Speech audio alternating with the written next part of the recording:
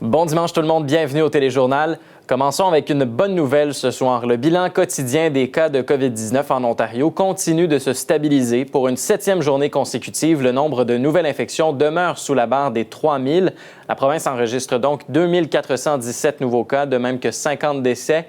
On rapporte une baisse des cas actifs, des hospitalisations, mais le nombre de patients en soins intensifs reste élevé et frôle les 400. On va faire le point ce soir avec Ezra à Kapuskasing, où on rapporte un 2e décès dans un centre de soins.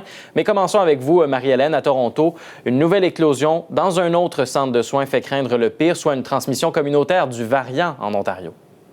Ce qui s'est passé, c'est qu'il y a une personne, soit un employé, soit un résident de ce centre, Bradford Valley, qui a été en contact avec quelqu'un de l'extérieur du centre.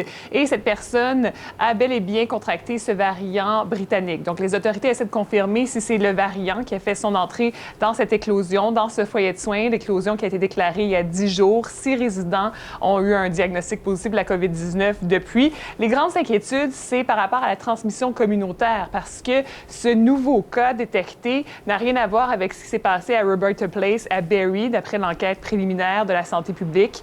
Voici ce qu'une experte avait à dire sur le sujet. Mais on ne teste pas tous les tests qui sont positifs pour le virus.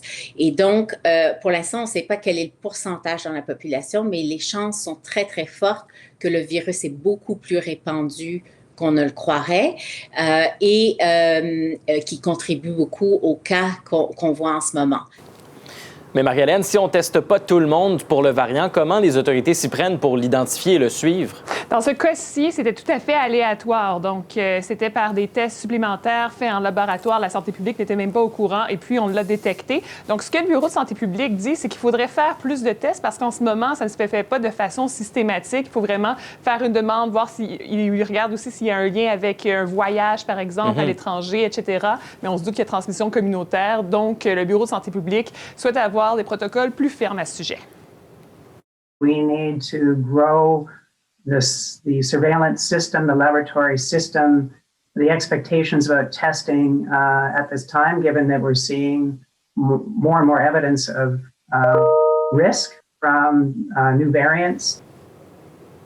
En terminant, Gabriel, un petit coup d'œil du côté de Roberta Place, le foyer de Barrie. Le bilan s'alourdit. 40 résidents désormais qui ont perdu la vie des suites de la COVID-19.